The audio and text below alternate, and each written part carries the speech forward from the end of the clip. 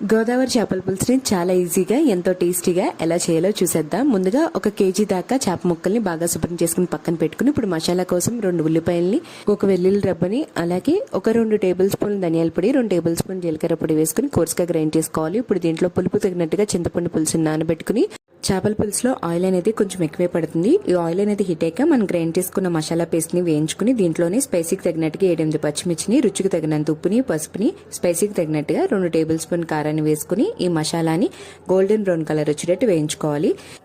అప్పుడు టేస్ట్ అనేది చాలా బాగుంటుంది. గ్రేవీ అనేది వేగాక ఇందులో 1 గ్లాస్ దాకా వాటర్ వేసుకుని మనం శుభ్రం చేసుకున్న ఈ చేప ముక్కలన్నీ దీంట్లో వేయాలి. నానబెట్టుకున్న చింతపండుని ఇలా పులుసు కింద చేసుకుని చేప ముక్కలపై వేసుకుంటే ఈ ముక్కలకి ఇప్పుడు పులుపు అనేది చాలా బాగా పడుతుంది.